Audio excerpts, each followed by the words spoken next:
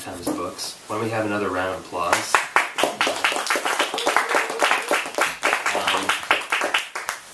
Our books are on sale over there if you want to take a gander, and we'll sign them for you.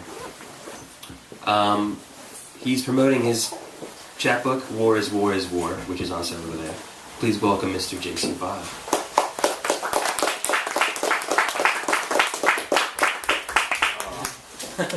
Cold. Cold up in here. Thanks, Chris. I'm going to read one quick war story. They're all pretty quick. And then I'm going to read something else. So this one's called Here... Oh wait, no, I don't want to read that one. Yeah, I want to read this one. It's called Crap Sandwich. He was hungry, but he did not want to eat. He was amazed, but no longer impressed by how much his body could sweat. They were serving the same crap for dinner, the same as last week. He looked suspiciously at the cook from across the camp. The captain had told him that the fever and the stomach problems were probably from the mosquitoes. Still, he was not sure and could not stop sweating. From his pack, he removed some fruit that he had found in the jungle and ate without joy. "Remember the Maine," he whispered to himself. As he said this, he realized that he was not thinking or actually remembering anything. The phrase simply passed through his head, empty of meaning, but catchy. He got up to go to the bathroom. Since he had become sick, he had to go whenever he ate. Hunched over and delicately cradling his stomach, he walked past the cook. "Hungry?" the cook asked, not looking up and stirring his giant pot. "Whose side are you on, anyway?" he replied. He used to like the cook before he got sick. He thought he was okay. Now he regarded him as one of many obstacles in his path towards survival. These days, he preferred to live barefoot like some of the villagers he saw. It was cooler, and besides, something was wrong with his leather boots. When he wore them, it felt like they were slowly eating away at his feet. Moving beyond the camp, he lit a cigarette to smoke and to ward off mosquitoes. Squatting in the tall brush, he watched a nearby butterfly as it extended its long nose, or whatever you call it, into a flower, and then coiled it back calmly like a surgeon. "You got no idea," he said to the butterfly, setting the cigarette to rest on a large rock and swiping some leaves from around him. Well, me too, he then thought. He was almost finished when a gunshot cracked. Then, approximately 2 seconds later, all of the empty air seemed to fill with the sounds of a battle. The banging and yelling grew, thriving in the humid weather. He heard the captain scream, nothing in particular, just scream. After a while, the noise died down. The man sat sweating in the high bushes with his pants around his ankles. He could hear Spanish being spoken in a whisper. Footsteps were approaching. The butterfly left. He closed his eyes and smoked his cigarette. What's that? And then I thought, since my friend Kurt over here is going to New York shortly, I'm going to read from this thing called No More Bummers that I did a little while ago. There were 5 of them, each one in a different city, and this one was in New York. I'm just going to read a little bit of this. 1. God bless the change bucket and God bless the corner store. I am madly in love, and using this phrase, madly in love, with total awareness and intention.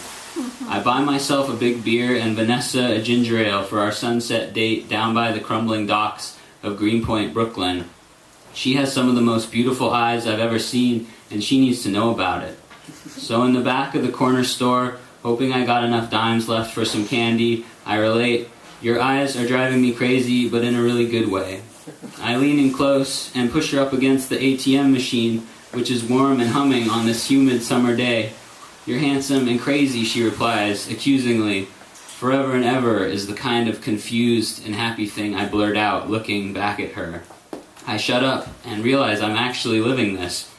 "I'm lucky," I say, "because I'm madly in love." Kissing Vanessa up against the warm ATM machine while Daddy Yankee sings "Lo que paso, paso" over the speakers of my favorite corner store.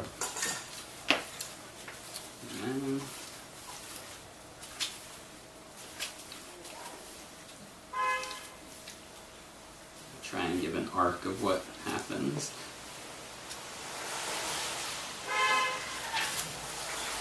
Number 8.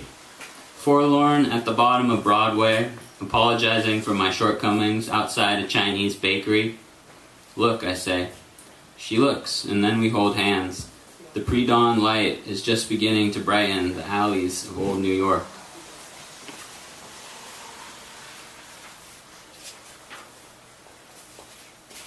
Number 11. Looking out at the blizzard from within the hood of my parka, I am walking down Delancey Street late at night. The blizzard is so beautiful I could kiss it, and so I do. I pucker my lips and let the snowflakes run into them, one after the other, nature slut. Truthfully, though, I am in love with this blizzard, not just for superficial reasons, but because it is making everything in New York City blessedly quiet. Under streetlights, the snowflakes race frantically around the deserted streets, further illuminated by the neon blaze of a solemn parking garage. Tonight, the city feels like a wilderness, empty and endless. Before climbing down the steps of the subway, I pause and listen. There's nothing but the cold wind born of Wall Street and a woman accidentally dropping a tan leather glove into the dirty slush of the gutter. Damn, she says, in a private way, sounding a little exhausted.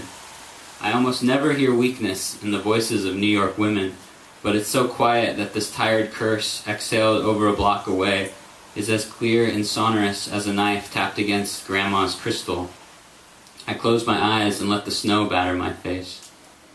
It takes a long time to get to Greenpoint from the Lower East Side late at night. At this hour, the subway becomes mysterious and its schedule completely irrelevant. Sitting on a bench of the platform, I think, Vanessa is at home sleeping and a little resentful that I went out to get drunk with a couple of friends. Someday soon, she will be a lawyer for just causes, and I will probably be alone and confused and still dependent on public transportation. Suddenly, the lights and sounds of the F train materialize from the dark subway tunnel and force me to think about something concrete. I appreciate this. I need to stand up, get on board, transfer at Hughes Street, and then walk a couple blocks to the G train. Now in Brooklyn, walking on Broadway under the elevated tracks of the F train. This trip is taking too long. I'm freezing and getting depressed. The chain-link fences guarding vacant lots are run through with trash, empty bags of chips, and greasy chicken bones. It's cold as hell, and I can see an old man smoking Pall Malls under the covered steps of the subway station. One hand holds the cigarette, and the other holds the pack as if he's planning on smoking the whole night away. A half-baked kid of Empire, hollow-eyed and pouting, emerges from the nearby darkness of a side street. He moves through the wall of snow, puffed up in a black North Face parka, and then looks frantically behind him, as if realizing that he's being pursued. His breath is like a locomotive as he takes off running, heading in my direction. In his paranoid haste, he almost crashes into me, and as we brush against each other, we both whisper, "Damn, son." I'm waiting for the G in the bleak tunnels of Brooklyn. Broadway station has the most rats of any I've seen. Tonight the rats are all running frantically over the frozen tracks, out of small drainage holes, along the cracked tile of the walls, and doing the limbo under the third rail. I twitch my nose and twist my neck, and then worry that I'm beginning to affect the mannerisms of vermin. Sitting on a bench of the platform, I think, I'm pretty poor. If I found a piece of cheese on the ground, I might eat it. Unsure of many things. My phone vibrates in the pocket of my favorite jeans. I look at the text message my girlfriend has sent me. "I need you to be here for me. You are not, question mark, exclamation mark, exclamation mark." I put the phone away and look up at the brown stained ceiling. The lights of the Queens-bound G finally appear, and I stand up to greet it. The wind rushes and reveals my still young forehead.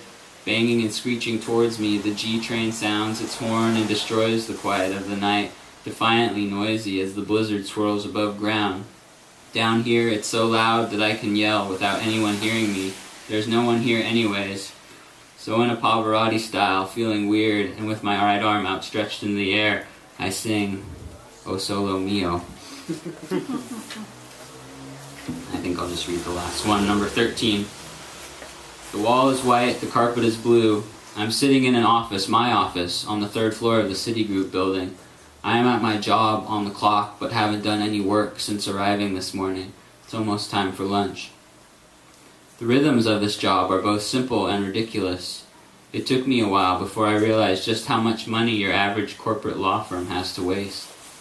Enough so that they can pay me to sit on my ass practically all day until some deadline is fast approaching, whereupon I am called to run around the skyscraper like a maniac, finding and fetching all sorts of esoteric motions and exhibits, working overtime, and eventually being praised for my couple hours of hard work. No one has called me today. I have received no projects. People walk by my office every once in a while, but no one comes in. I still have no idea where Vanessa went.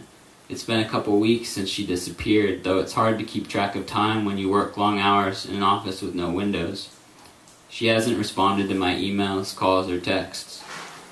When I contacted her law school, they refused to give me any information of her whereabouts, citing privacy issues. They wouldn't even confirm whether she had actually gone abroad. I asked to speak to someone in charge, but when I was finally transferred, they didn't help me out, not even when I politely explained the mysterious situation. They told me they had a hard time believing that a boyfriend wouldn't know where his girlfriend had gone. In response to this, I told them they could suck it, which they didn't like.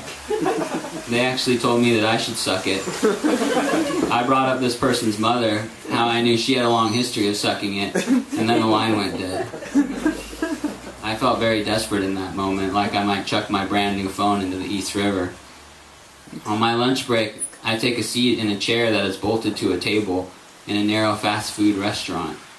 While eating my 7-layer burrito, I flick a shredded piece of lettuce off of my notebook and then write the last syllables of a haiku. I am thinking about where I will move once I have enough money, now that nothing essential is here in New York. Taco Bell for lunch reminds me why I must leave. Run for the border. Thank you.